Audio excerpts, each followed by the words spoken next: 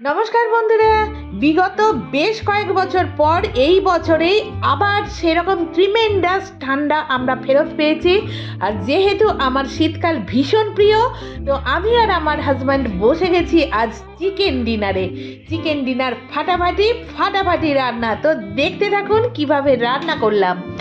Gas জেলে নিয়ে গ্যাসে কড়া চাপিয়ে ওপর থেকে দিয়ে দিলাম সানফ্লাওয়ার অয়েল। তারপর তেল গরম হয়ে যেতেই একটা তেজপাতা, একটা শুকনো লঙ্কা দিয়ে একটু গরম হয়ে যেতে পেঁয়াজ কেটে রেখেছিলাম সেগুলো দিয়ে নাড়াচাড়া করে নিলাম। একটু ভাজা হতেই ধুয়ে রাখা চিকেন এবং ধুয়ে রাখা আলু দুটোই একসঙ্গে দিয়ে এবার আমি ভাজতে থাকবো। ভাজা বেশ 90% হয়ে গেলে তখন আদা, পেঁয়াজ, রসুন আর কাঁচা লঙ্কার পেস্ট ওর মধ্যে দিয়ে আবার কিন্তু মিডিয়াম ফ্লেমে ভাজতে থাকবো।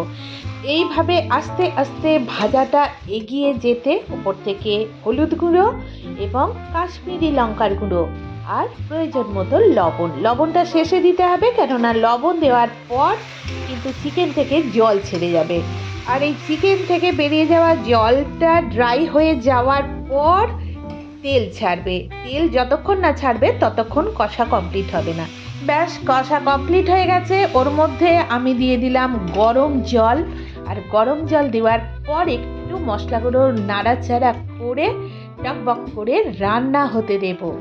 দেখুন বন্ধুরা, কত সুন্দর টকবক করে ফুটছে আর ফাটাফাটি একটা ফ্লেভার আসছে। আর যা ঠান্ডা পড়েছে, এই ঠান্ডায় এইরকম চিকেন কারি না হলে ডিনার জমে না।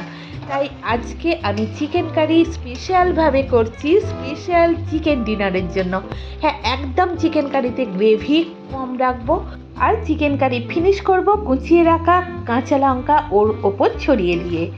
কাঁচা লঙ্কা দেওয়ার পর টোটাল চিকেন কারিটা বেশ সুন্দরভাবে নাড়াচাড়া করে নিলেই রান্না কমপ্লিট। গ্যাসের সুইচ অফ, অন্য বলে ট্রান্সফার করে নেব। হ্যাঁ বন্ধুরা, এত সুন্দর রান্না হয়েছে আর রান্নার সুগন্ধ এত আমাকে খাবারের জন্য ইনডিউস করছে যে আমি আর ধৈর্য ধরতে পারলাম না। ডাইরেক্ট ডাইনিং টেবিলে চলে এসেছে।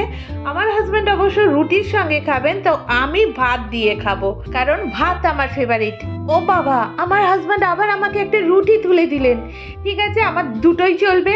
আমি নিয়ে নিচ্ছি গরম গরম চিকেন কারি আর জমিয়ে খেতে থাকছি। আর হ্যাঁ, খাবার সময় কথা বলতে নেই, এক মনে খেতে হয়। তাই তার আগে একটা কথা বলে রাখি, আপনারা অবশ্যই এইভাবেই চিকেন কারি রান্না করে ডিনার সারুন।